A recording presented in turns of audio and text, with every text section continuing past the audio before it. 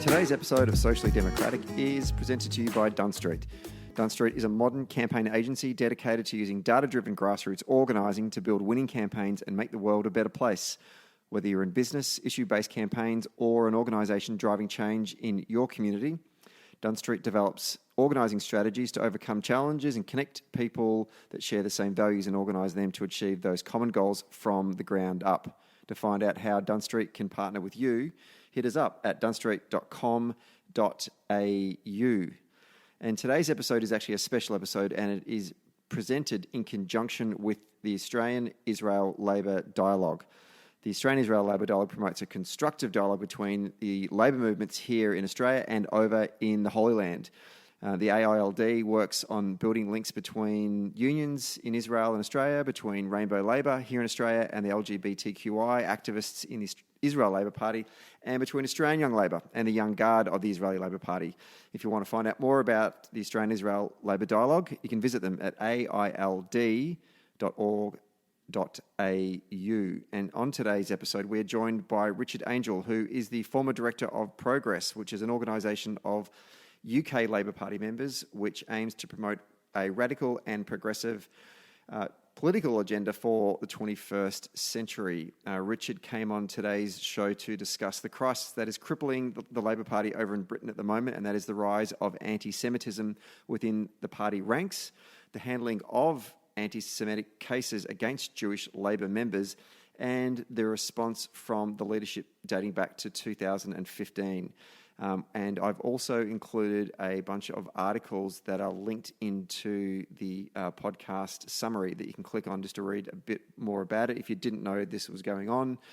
It's been a problem that's dated back to essentially since Jeremy Corbyn became the leader of the Labor Party, and you should check that out. So it's an interesting podcast that we did with Richard, got him on the phone from London.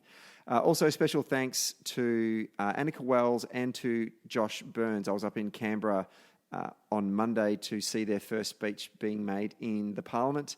We've obviously had both Josh and Annika on the podcast, and I'd like to thank them and their staff in their offices for looking after us and going up there and seeing their speech and meeting their families. It was a great day, and two wonderful speeches by two wonderful young Labor parliamentarians who have great futures ahead of them. So it was a great day had by everyone, and thanks to both Annika and Josh for allowing Dunn Street to be a part of their special day where they get to make their first speech in our nation's parliament.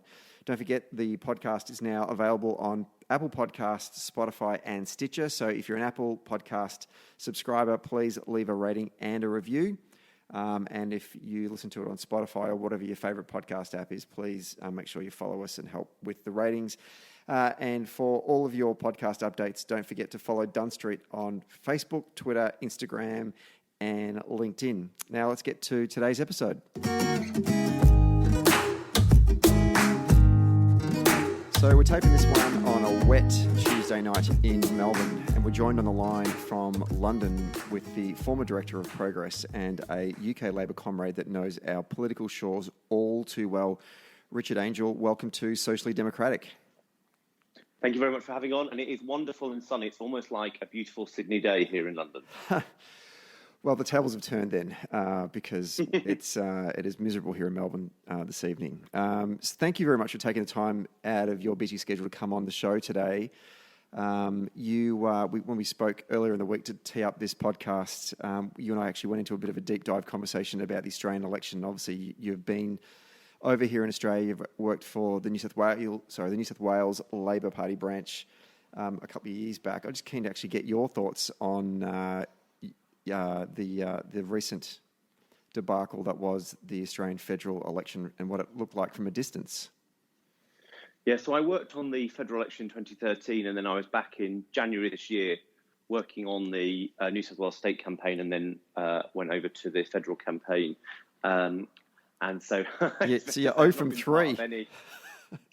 Three losses out of 3 in my time there. I mean, the The thing I'd say is the bit I love about your political system is the compulsory voting element, how easy it is to vote, and just how, as a political strategist and somebody who's involved in campaigns, often the way we win seats in campaigns here is you need to identify voters that you need to discourage from voting against you or from somehow not being motivated to vote for your opponent.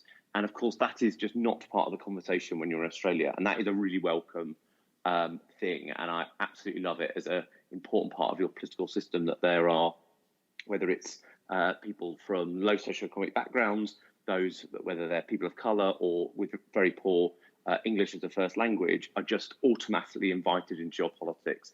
And we as political parties have to find a way of contacting and communicating with those, because we know at the end of the day they've got to turn up. Whereas here, they are all much less likely to turn up, and so that calibrates the campaign in a very different way. So that's an amazing thing that I advocate about your political system here whenever I am given the opportunity. I suppose my reflection on the federal campaign in particular is that, I think that the campaign did particularly well in 2016, largely because Labour wasn't a massive player in the campaign. It was all about which Malcolm Turnbull would become Prime Minister, and the public clipped his wings. 3 years later, it was very much a referendum on, will Bill Shorten become your Prime Minister? And the reality was he hadn't changed his numbers with the public and how he was viewed, and he therefore was a leap of faith candidate that people weren't necessarily prepared to take the leap of faith with. And then we had leap of faith policies. Just because we had one positive tax policy 3 years ago when we did particularly well against the odds, didn't mean that there was a new era of people loving taxes. And, that's a very hard message in the Labour Party.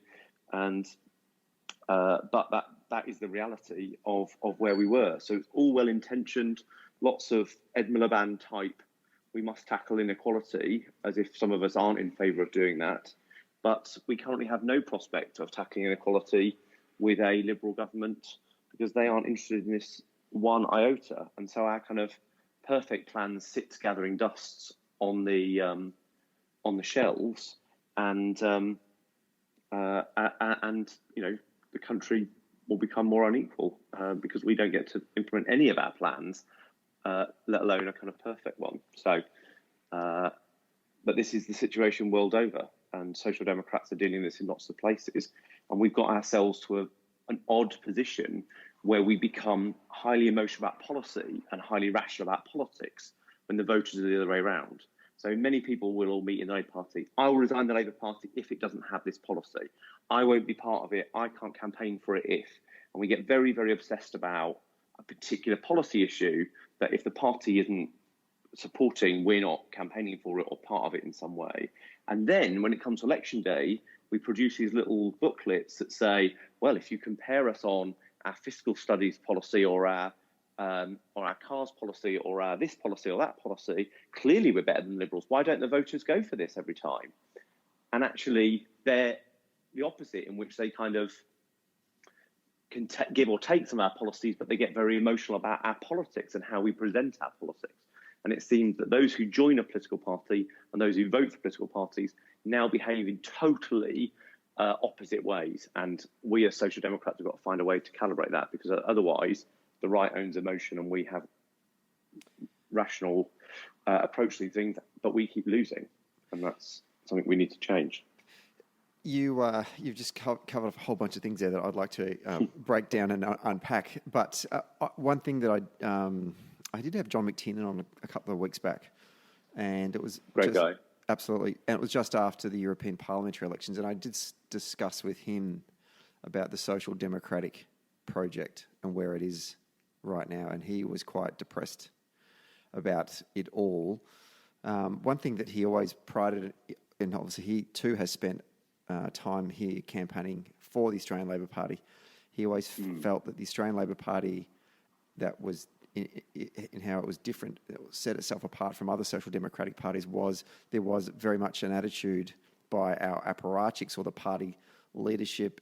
So that could be our leading politicians, it could be our leading campaigners in all of our different state branches and National Secretariat, that had very much a winning mentality, just very pragmatic approach to politics, in that this is what we need to do to get into government, because we can only bring about progressive change or changes to improve our communities by governing. It sounds like you're starting to suggest that that's not the case in Australian politics now either. Well, I think that is, and I still think that is an overwhelming part of it. And one of the things that I've always liked, well, one of the only thing I think I really like about the factional system in Australia is that both factions are pro-Labor winning, and that's a really important thing, because here the debate is between principle versus power, where the left believes it kind of owns principle and the Social Democrats believe they kind of own power.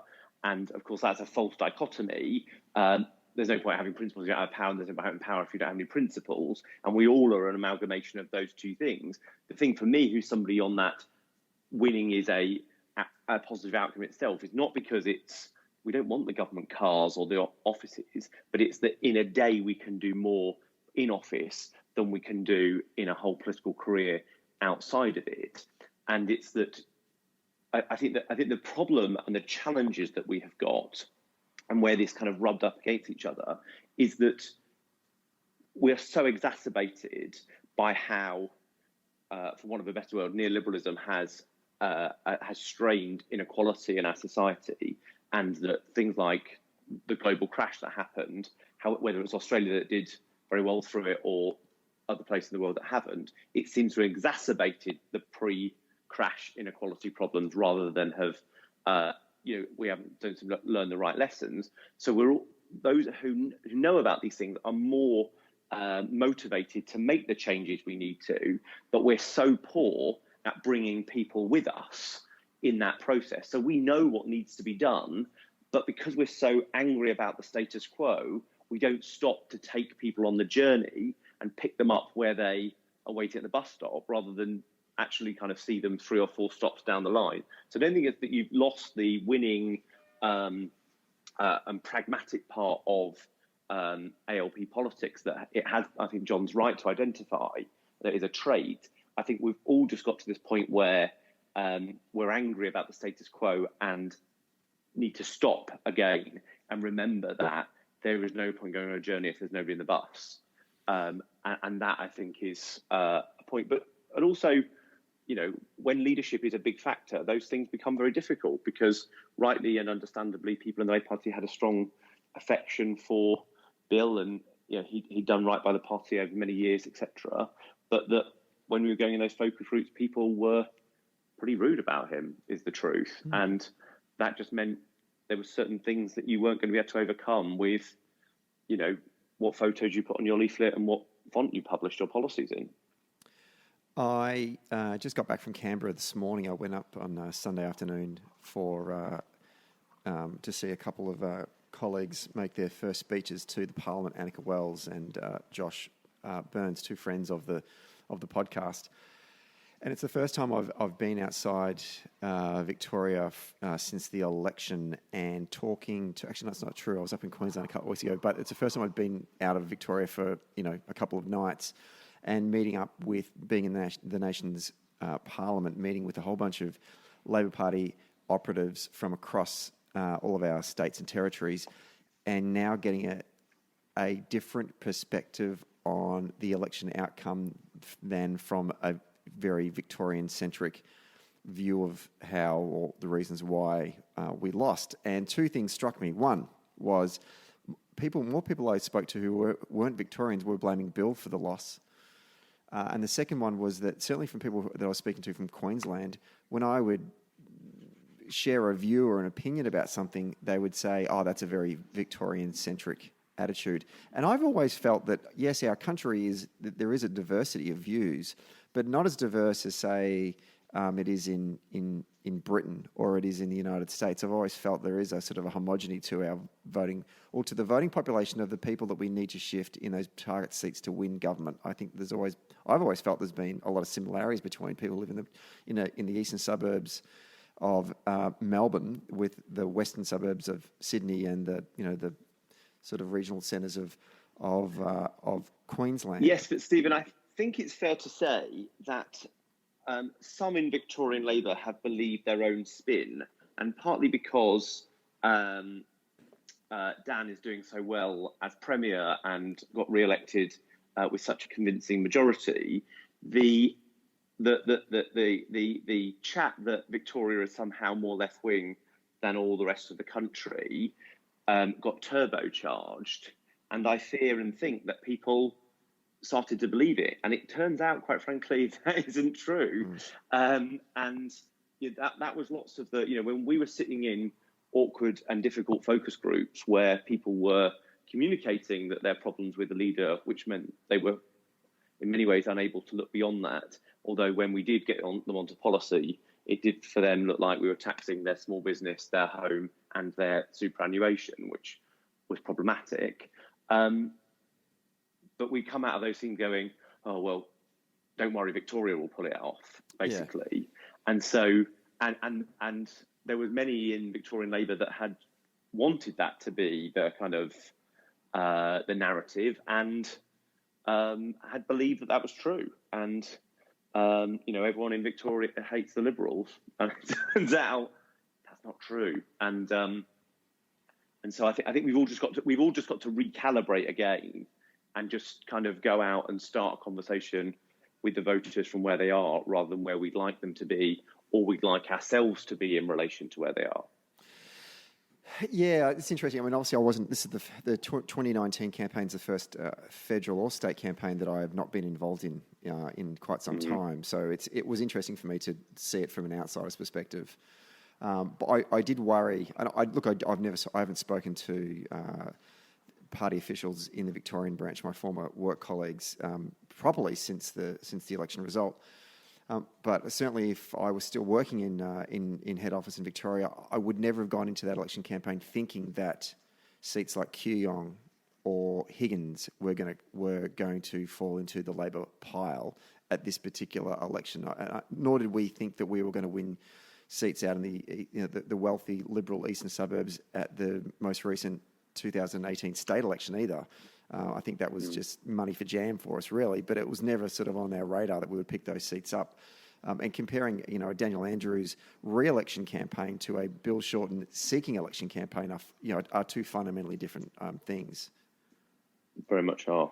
And I would say, like, the people I worked with in Australia from all the different branches and different states, of which I know people from different, are just the most phenomenally talented group of people. And I think, you are very, very lucky that as a political party, you attract really talented, really good, often really young people who want to make a difference to the world. And that is, I just have been so lucky on both occasions that I've worked there to work with just, really remarkable people. And obviously with Kayla Murnane in New South Wales, really remarkable women, and many coming up behind her. So, that spirit that John was talking about lives in that kind of culture that's in the party, that people, whatever kind of factional route they come through, you attract some pretty high caliber people, and that is a sign that the party's got a lot of hope for the future. Let's talk about culture in political parties, in particular the culture that is going on in your political party in Britain at the moment. When I was listening to Josh Burns give his first speech yesterday afternoon, he spoke about his grandparents, both who were survivors of the Holocaust, and how they came to Australia to begin a new life, as so many refugees out of the war did. And he spoke of the influence that his grandparents in particular had on his own political socialisation and sort of developed the values that he has as the next generation of Labor politicians. And when Josh was giving that speech, he drew upon his own Jewish ancestry, and part of the narrative of his first speech was how he wants to focus on the need to defend our democracy and our democratic institutions and the multicultural fabric that makes up Australia against attacks from the far right and from all forms of racism.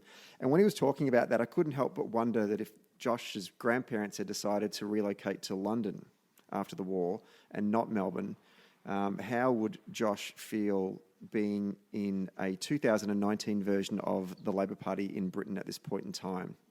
And I guess that's partly what we really want to talk about today is what is going on with the Labor Party in terms of its problem with anti-Semitism, which has kicked up in the media again just recently with a story in Panorama, which is sort of the equivalent of Four Corners in the UK. And I just wanted to pick your brain about that, because how do we find ourselves with a mainstream European centre-left political party embroiled in a crisis of its soul, in which rank-and-file members of the party and indeed Labor Party members of Parliament have been subjected to racial vilification on the basis of the fact that they're Jewish? What are the seeds of this anti-Semitism that has been sown in the party, and where did it first kick off? So let's take that bit first. So there has long been anti-Semitism on the left. This is not a new phenomenon. It's not polluted all of the left politics, but there are strains of it that have run through a long history. Anti-Semitism is the oldest hatred. The nature and form that anti-Semitism takes is the way it morphs and evolves. Jewish people have been claimed to be responsible for whether it's killing Jesus in its form that went on to be founding capitalism, to founding communism, controlling the media, financial resource of the world, etc. It doesn't matter what has anti-Semitism has come at Jewish people from every angle, and of course that was encapsulated in the turn of the century false document put together by the Russians of the Protocols of the Elders of Zion that talked about and purported to be this minutes of this meeting of a controlling Jewish elite. And of course, in 1910, it was debunked by the Times of London and shown to be the fabrication it was. But nevertheless, it has continued to this day to be the bedrock of anti-Semitism, and that has persisted until where we are now. And what you see, the strains of that coming through on the left are, I think, in three forms.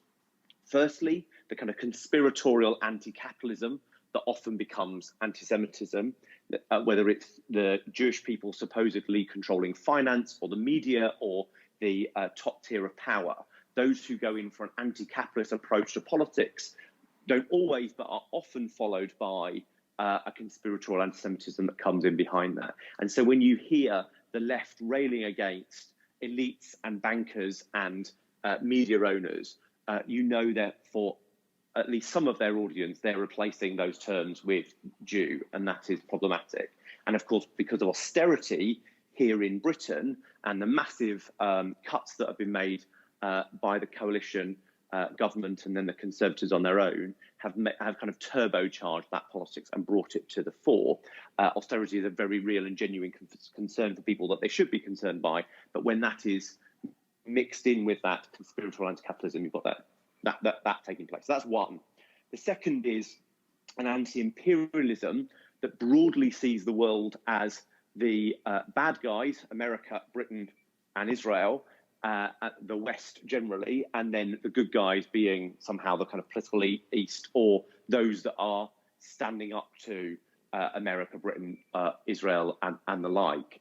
And that, of course, is at a premium in the UK. One, because the massive hangover from the Iraq War continues, and Jeremy Corbyn's form of politics, he was the head of the Stop the War Coalition, which is often known as the Stop the West Coalition.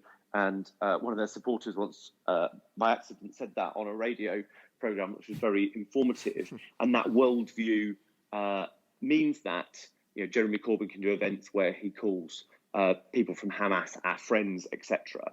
And this is has sitting underneath it then a kind of pro-Palestinian movement, which is a very good and important cause that I support, of course.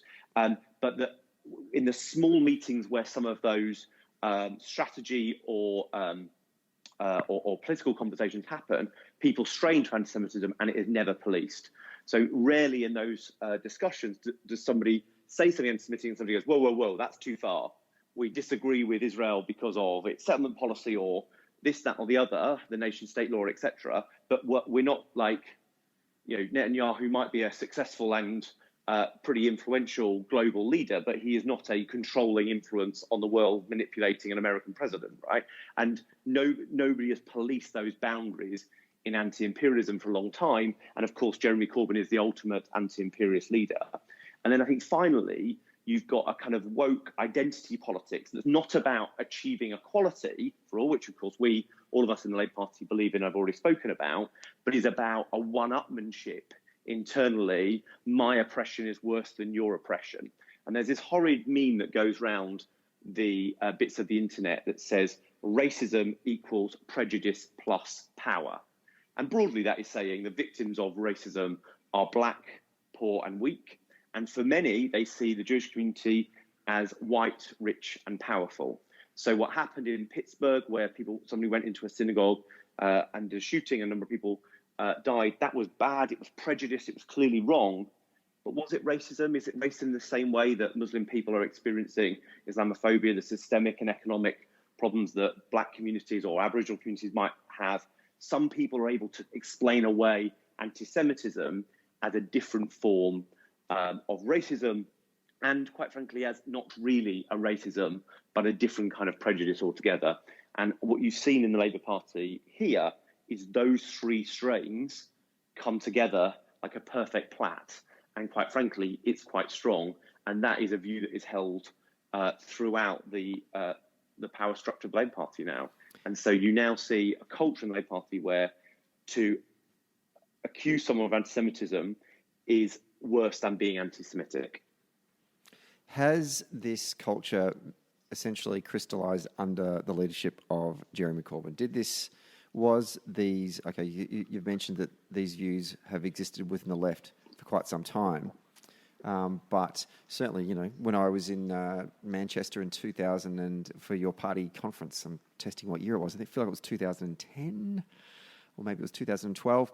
It was the year that Ed Miliband beat his brother for the leadership. What year was that? 2010. 2010. I went to a Labour Friends when it all went wrong. Yeah, I went to a Labour Friends of Israel event, which was packed.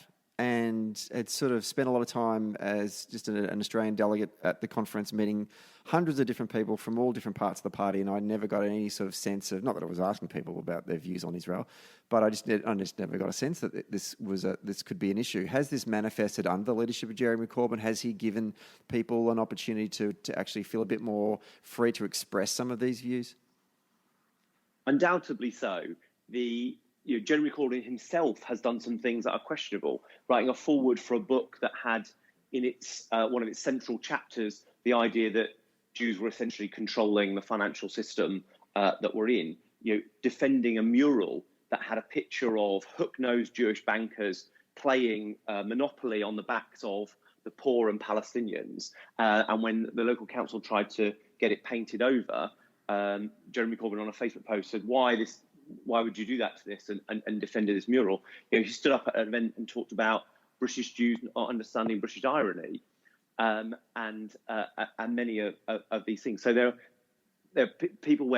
are things where people point to Jeremy Corbyn's direct behaviour and saying these things are questionable for people at any level of the Labour Party, and it's particularly worrying when they're said by somebody who is now, didn't say them in a leadership position, but is now in a leadership position. But what you then have is then a kind of factionalism in the party that suggests that this is only being brought up because Jeremy Corbyn is the leader, that believes that that the incidents are fabricated or made up or done to attack him, and therefore are going totally dismissed. But the incidents we're really talking about, we're talking about our Jewish MPs being hounded by people who purport themselves to be supporters of Jeremy Corbyn on an almost daily basis. His outrage in the media mocking Jewish women MPs when they talk about their experiences and how that reaches back to what their parents told them about being survivors of the Holocaust. We had a local Labour Party up in Merseyside who, when a local member went along to recommend the Jewish Labour movement's training on anti-Semitism, somebody stood up in the meeting and said, "We don't want that here. The Jewish Labour movement, aren't they funded by Israel and ISIS?" And somebody thought, not only did they then vote to not invite the Jewish Labour movement, somebody else thought to minute that comment about Israel and ISIS And somebody then, a third person, then emailed that round all the local party as a true and accurate record of the meeting. And nothing has been done about that local party. They're now currently, they basically hounded out their incumbent MP. They're currently selecting a new member of parliament, and they've recently just passed a motion attacking various people involved in the Panorama programme that you just mentioned earlier. That is all coming from one local party. That is pretty systematic, and nothing is being done by the leadership to call that into question, to challenge that behaviour. And that is very worrying for people. We had not just one, but two councillors or council candidates at our last round of elections that had said open Holocaust denial, where complaints had gone into the party. Both of them, multiple complaints, had been ignored.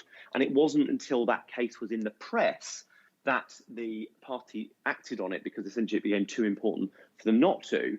But even when they had done that, one of Jeremy Corbyn's closest supporters, who's on the National Executive Committee, that he voted to be on head of the disputes panel, that is a director of Momentum, the hard left pressure group supporting Jeremy Corbyn here in the British Labour Party. She went to defend this person and said, oh, it's all a fabricated attack by right-wing apparatchiks in the party. And when it was revealed that actually, this is somebody who's talking about questioning the numbers of people who died in the Holocaust, whether it really happened, calling David Miliband a Rothschild Zionist, finally she actually had to resign her position, but only after serious pressure was enacted. So you've got this happening throughout the party.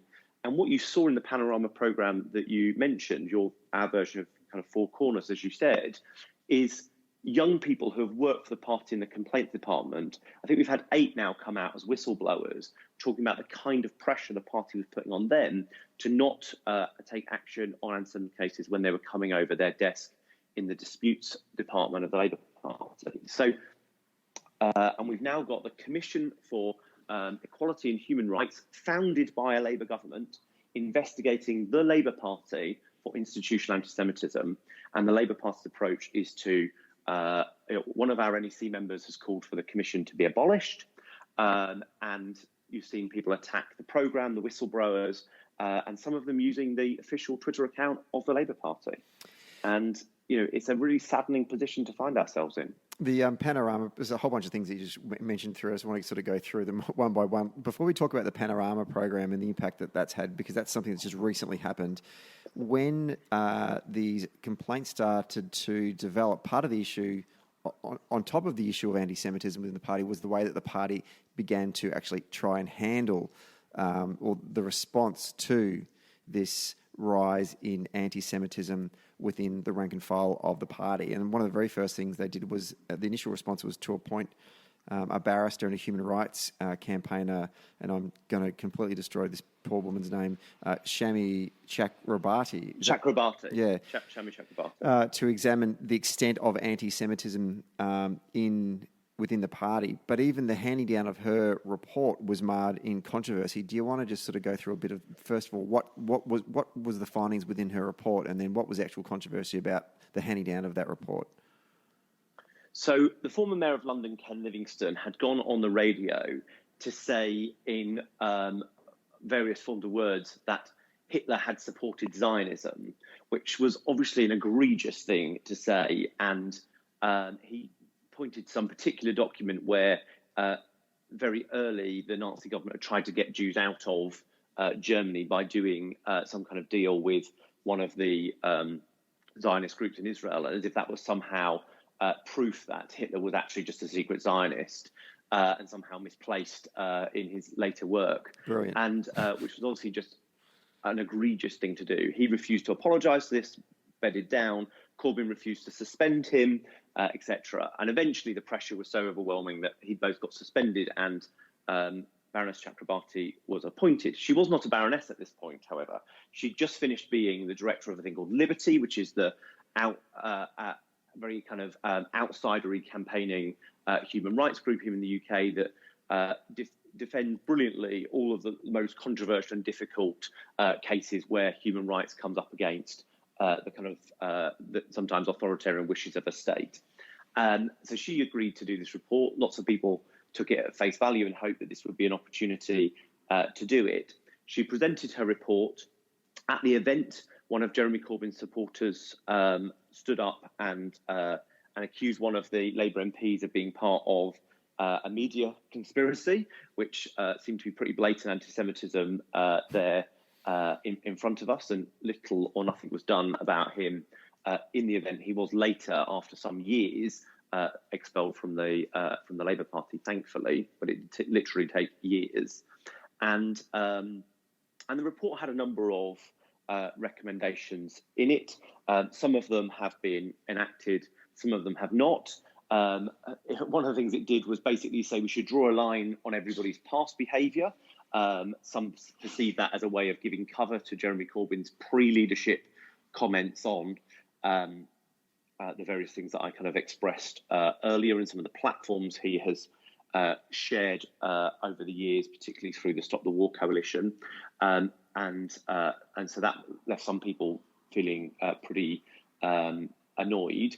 There were some very positives out of it. I don't know if you have this in Australia. I didn't come across it, thankfully, but Zio has become a kind of racist epitaph that is used from people as a kind of shorthand for Zionists that is shouted at Jews here, and the Labour Party came very clearly down on that. That is racism, and we're not having understanding for that. And in theory, somebody should be kicked out of the party if they use that at Jewish people. There are a number of examples where that hasn't yet happened, but anyway. So this report comes down. It feels relatively inconclusive, and then 2 weeks later, Barrister Chakrabarti gets a peerage, so a life appointment to the House of Lords, and of course that calls into question the whole nature of the report and why it was deemed to have pulled its punches in a number of places.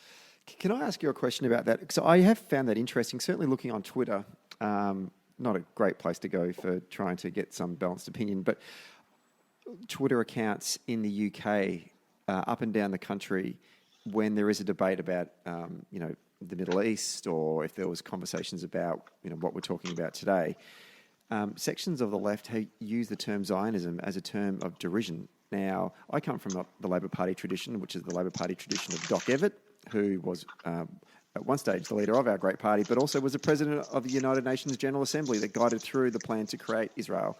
And I come from the state of Victoria, which has a strong Jewish community within both the suburbs of Melbourne, but also within our party itself. So Zionism, and the term of Zionism for me has always been a positive term, a term of creating a state of Israel, a homeland for the Jewish people, and not just the state of Israel, but you think about it back in the days when Israel was first created, it was also it was a socialist paradise, really. Like it was, the Labour Bund and the Labour Party and the history to it, all of the kibbutz movement. Zionism is a really positive thing about sort of a workers' paradise. I've never thought of that word to be used as a term of derision, but certainly looking on social media these days, it is used as a term of derision, and sometimes even try to equate to being some sort of far-right fascist value frame, to the extent that I actually had a conversation on Twitter with a senior journalist for the Glasgow Herald, who said to me that being anti-Zionist is not anti-Semitic, therefore you can disapprove of the state of Israel but not hate Jews. But the point I tried to say to him was, I feel like it's coded now. The term Zionism is now coded for Jews. It's just their way of getting away from saying Jews, but actually what they're doing is they're actually trashing on Jews without having to say that word and be seen to be anti-Semitic. What are your thoughts about this? Where has this come from? Is this something that's always been the case, or has this just developed over the last sort of, 5 to 10 years? No, I think it. Well, maybe it's long been there. There was certainly a point in the student movement over the years before I was there, where there was a kind of move to kind of, Zionism is therefore a form of nationalism. All nationalism is racism. Racism therefore must mean you're a fascist, etc. And so there were times in which, this has been prominent in left politics. It is now coming back and has become fashionable again. And partly, I think, as a prospect of a two-state solution feels more and more bleak.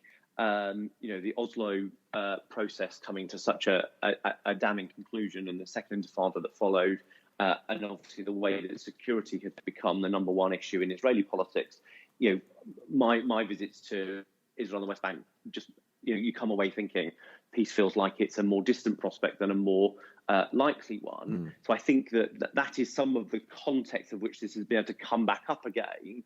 Of course, Israel gets the blame for some reason for being the reason why peace feels more bleak. Netanyahu is obviously not a force for peace, it is fair to say, but it's not an easy picture. So I think that is some of the background for it. But clearly that is what is happening, and that is what has been happening in some of particularly the one-state pro-Palestinian groups. Is that this term clearly has kind of built up around us, and I've taken some interest in these things for some time, but that I wasn't quite aware of how poisonous that had become. But suddenly the kind of water goes up over our heads, and people who hold that particular view feel they have cover in the current leadership and are using that openly. Now, Corbyn has spoken against using Zio as an offensive term, for example, but has also been very strong on, there's this international definition on anti-Semitism, and he contested various points of it, particularly where they are in the interplay of where critiquing Israel can and is anti-Semitic. So it is, of course, completely fine to critique Israeli policy, the nature of the state, how it operates, the occupation, potentially even the founding of the state itself. All those things are totally legitimate intellectual exercises to go through. You just have to open a paper in Israel to see all of those things playing out on a daily basis. It's when you use anti-Semitic tropes with those analyses, or that somehow you're singling out Israel as the Jew amongst the nations, that somehow it plays to a different standard. That's where the anti-Semitism comes into it. So you see Nazi-style cartoons of the kind of controlling spider or octopus, controlling and planning the world in that kind of protocols of the Elder Zion way. 50 years later, that is Netanyahu's face somehow controlling world affairs and manipulating everything that is going on.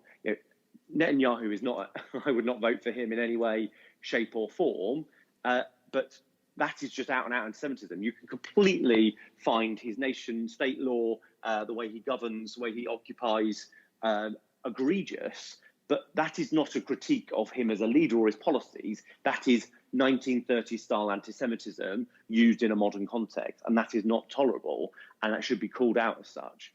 And too often it is not. How do the Jewish community reconcile Jeremy Corbyn's past and in an attempt to work with him in his capacity as not just, a leader of a political party, but the leader of one of the two mainstream political parties in Britain's democracy? How do they reconcile his past and try and work with him to achieve a common goal? Well, I'd like to think it's a common goal that they can eradicate racism in all forms within British society. How are they going in that journey since 2015? Well, I can't speak for Jews or either collectively or individually, but if you look at what's currently happening, I think Jeremy Corbyn got a reasonable amount of goodwill actually from quite a lot of Jewish people throughout his leadership and in various ways. And there was a kind of, if we can keep talking, maybe we can get through this. But the words have never turned into action. And I think my sense is that the trust, particularly from the kind of Jewish communal organisations and those from that tradition, I think it's 93, 95% of British Jews would identify with Zionism in some way. That part of the community, I think now, has either lost its patience with him or losing it.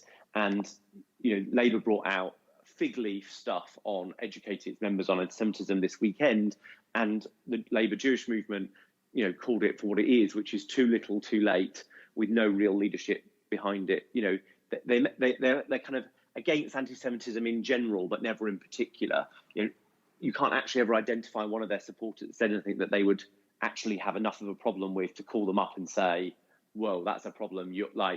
I don't want you on my team anymore." That is a conversation that never seems to have happened from him and his supporters. And so the Jewish community called a rally in Parliament in, I think it was 2017 now, and saying enough is enough when this mural came out and Corbyn had defended it. And, you know, the MPs who went out to support the Jewish community were vilified by Mr. Corbyn's supporters, and front benchers were told they were not allowed to attend, and all this kind of stuff. So I think the community has lost its patience. And now it is the Labour Jewish movement that is leading the complaint to the Commission for Equalities and Human Rights about their own party. So I think that says quite a lot. Now, there are individual Jews who take a different opinion. There is a group called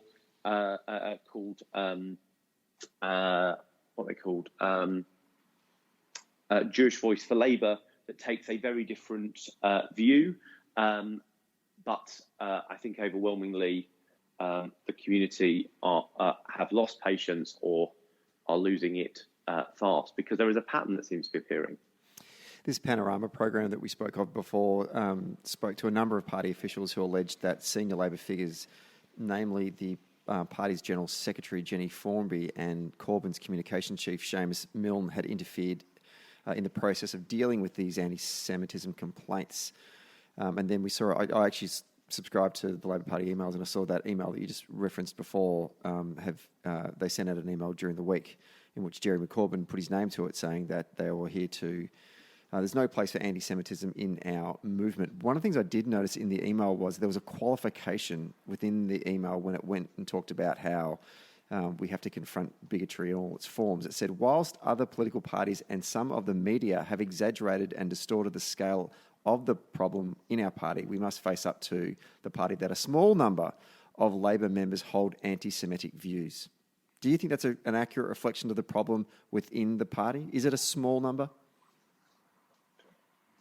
I don't care what the numbers are. The problem it's not how many people are anti-Semitic. It's that the people who are anti-Semitic are too many in their number.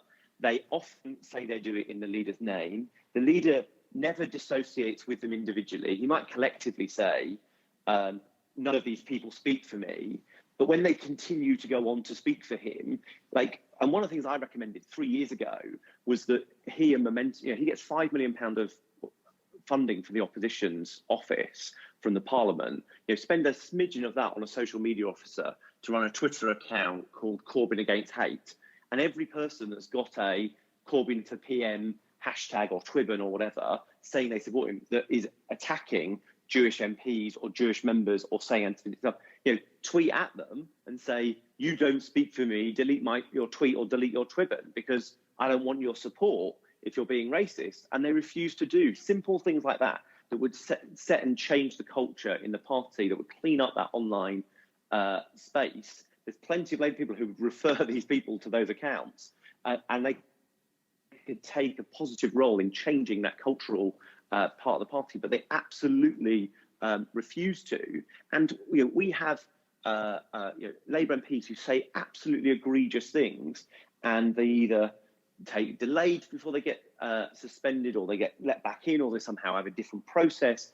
And it just looks like Labour is not taking the process seriously. And quite frankly, in an email about combating anti-Semitism, to say that elites in other parties and people in the media are somehow exaggerating this is pretty much just raking up the kind of anti-elite, anti-establishment, anti-rich media owner, all these things that essentially on parts of the left have become byword for Jews. These are just, outrageous.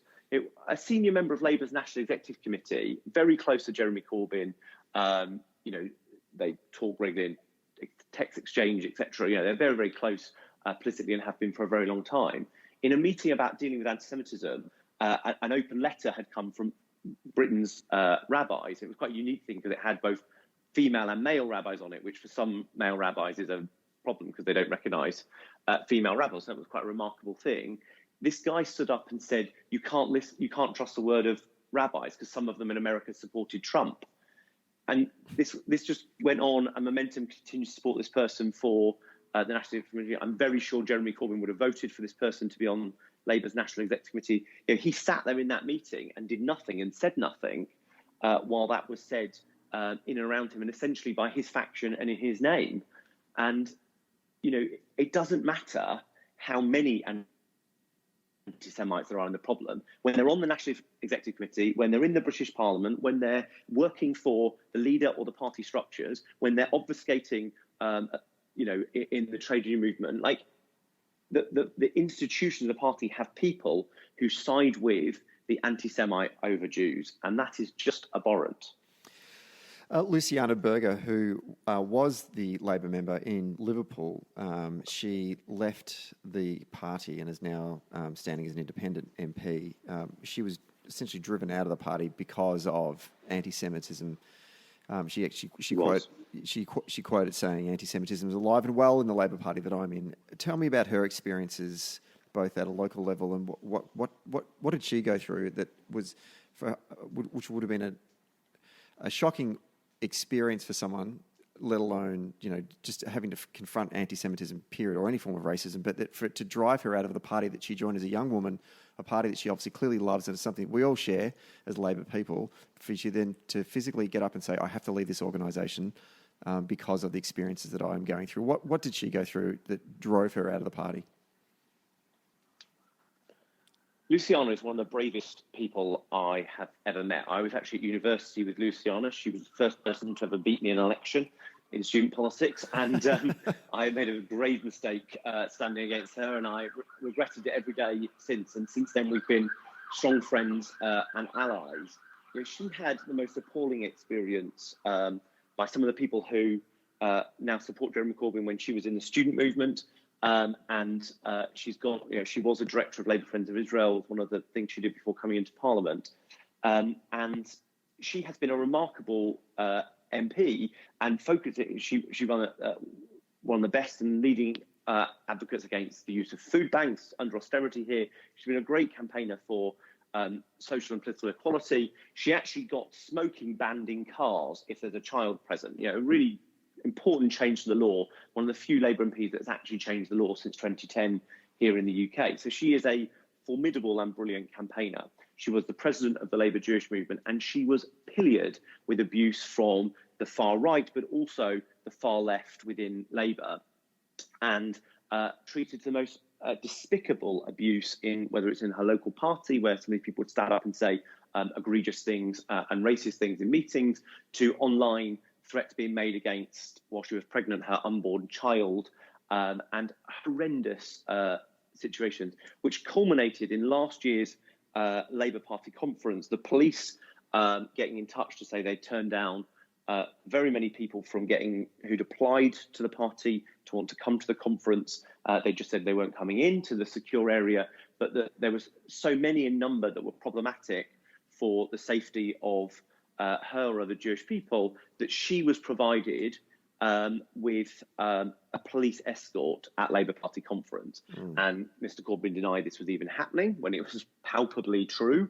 And she literally had police officers with her. This was her safety being put at risk by politics inside the Labour Party, identified by the police that people who had applied to come to Labour Party conference, who believed they had some right or reason to be there, that they had turned away, that they would probably be turning up for the fringe events that take place outside the cordoned off area, and therefore her safety needed to be paramount. And that is just the most atrocious thing to have happened. And quite frankly, she was a strong and articulate voice against this, but many of her colleagues did not row in behind her. And she, on a number of occasions, would stand up at the parliamentary party meeting. Some of her colleagues would speak either in her defence or in solidarity.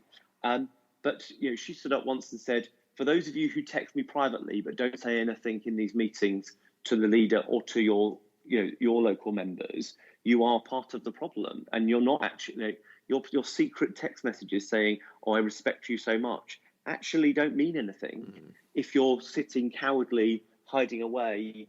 And not engaging in this in a public sense. So she has had the most awful treatment. And, I regret, I think, as much as anybody or more than most, that she took the decision to leave the Labour Party. But I despite the fact I haven't left myself for a variety of reasons, I literally can find absolutely no reason to fault her because she is a remarkable woman, and I think she put down an important marker. And you saw how the leadership, when there was a sense or a speculation that this was coming, John McDonnell was asked to kind of comment on this and the anti-Semitism experience, and he just basically said, well, all she needs to do is rule out that she might be leaving another party. And I just think that the pettiness that at that point and that juncture in our history to somehow claim that Jews should show better loyalty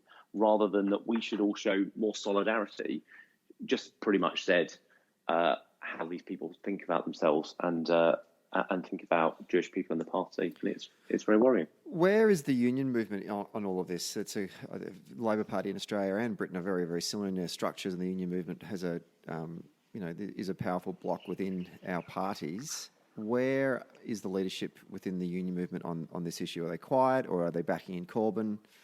And I ask that question as a sort of question to wrap up as well, in the sense of how do we get out of this? How do we find a way forward to try and fix this rotten mess? So the union movement is not homogenous. There are people that are part of the problem. There are people who say there is no problem, and there are those who are gallantly trying to sort out the problem. And that myriad of opinions exist in the movement. And on the National Executive Committee, those who are taking serious the issue, many of those derive from our trade union movement, but equally those who seek to obfuscate are equally as likely to be from that tradition. So I'm afraid there is not a simple pattern in the behaviour from our friends in the union movement, and sadly too often it seems to align with whether they initially nominated Jeremy Corbyn or not, rather than being able to take the issue on face value, which is disappointing, I think, for those of us that have seen the great role that trade unions have done in fighting for equality in the past. But there are some brilliant trade unionists out there and those in leadership positions who do try and make the situation better every day. Look, the way out of it is difficult because it is an entrenched position. The Labour Party won't share with its own National Executive Committee the response it has given into the Commission for Racial Equality, the Commission for Equality and Human Rights, as it's now called. And the party is now attacking the whistleblowers that are exposing the kind of institutional behaviour that's going on. I mean, I have lost faith that Jeremy Corbyn is prepared to do what it takes to sort this situation out. And I think many others have too. But it is important nonetheless that we mark out what a party would look like if it did take anti-Semitism seriously, provide the party with clear choices. So if it were minded to, it could take those options. But we must also support the Jewish people who are coming forward with their strong and compelling testimonies about how they've been treated in meetings, online, in their engagement with the Labour Party, and that when anti-Semitism raises its ugly head, it is at least documented, witnessed by others, and there as a testimony to what can happen when you have a leadership that for too long has turned a blind eye and now is reluctantly trying to do just enough to get it through the next crisis media story rather than actually sort out the situation. And I fear that the reality is that only a change of leadership will do that, but a change of leadership, I don't believe, will come until after Labour has fought another general election, of which there is a prospect that Jeremy Corbyn might become our Prime Minister. I think most likely the British public won't vote for somebody who doesn't take racism seriously. I don't think there's very many votes in ignoring anti-Semitism. I actually think we will lose votes in ignoring anti-Semitism. And in fact, we've lost whole councils because of it here in the UK. And sadly, I think the British public will be the only people that can deliver a message on anti-Semitism to Jeremy Corbyn that he finally takes seriously. Well, in some ways, and I'm trying to end on a positive note here, but maybe that's something that can be, that is something that we can take from it. That is hopefully that our liberal democracy can, in the end, prove a great institution and hopefully resolve this problem once and for all. which seems strange to think that the external factors could influence the internal changes within the Labor Party. But if that's what has to happen, then I think that probably will be a great thing. Richard, thank you very much for taking the time out of your busy schedule to come onto the podcast today and speak to us about this really complex and quite depressing topic. But I think it's just worth our Australian listeners hearing about it, because some of them may be following in the media a little bit, but I don't think that Australian Labor Party supporters, whether they be a member of the party or just a supporter of the Labor Party in Australia, would realise the extent and the deep divisions and problem that is anti-Semitism in the Labor Party in the UK. And I really appreciate you coming on and actually breaking it down for us over the last 50 minutes. We're terribly grateful for that. Thank you for having me, and thank you for doing this work, because it's important that social democracy has this platform to talk about where it is, where it's going, what the risks are, whether they're to our right or to our left in the party or in wider society. But I would just add one thing that was very sad about my time in Australia was when talking about this stuff, many people there just didn't believe that this was the reality in the British Labour Party, because in so many ways it is unbelievable that a party that founded the Commission for Equality and Human Rights could now find itself investigated by the Commission for Equality and Human Rights. But the reality is, just look at the experiences of Jewish people and their testimonies, whether it's Luciana leaving the party or the new chair of the Labour Jewish movement, Ruth Smead, the experiences she has had as a Jewish member of Parliament, or those young people that appeared on the Panorama programme that talked about how awful it had been for them to go to some of their meetings and how some of them had withdrawn from either the party structures or participating in some way. This is a real reality for not all Jews, but for a significant number of Jewish people in our party. And until it is rooted out, we will continue to be in that way. And the reality is the Australian Labour Party is normally either 10 years ahead of us or 10 years behind. You know, you had Hawke Keating, and it took us a bit longer before we got Blair and Brown. But sometimes we do things first and you then follow. I think people should be, whether they're in the left or the right faction in Australia, be very vigilant that some of the tenets of this could be coming your way. I certainly hope that is not the case. I hope so too. Absolutely. I hope so too. Best of luck with your future endeavours. I know you finished up as the director or the chair of Progress, a really good institution within the Labor Party that is constantly seeking to come up with great ideas, both progressive and radical, to improve social democracies. And I wish you with the best of luck with whatever endeavours you undertake in the future. And we hope to have you back on the podcast to talk about better circumstances. That cheerier note. Yeah, absolutely. Until then, best of luck, and we'll talk to you soon. Cheers, all the best. Thank you.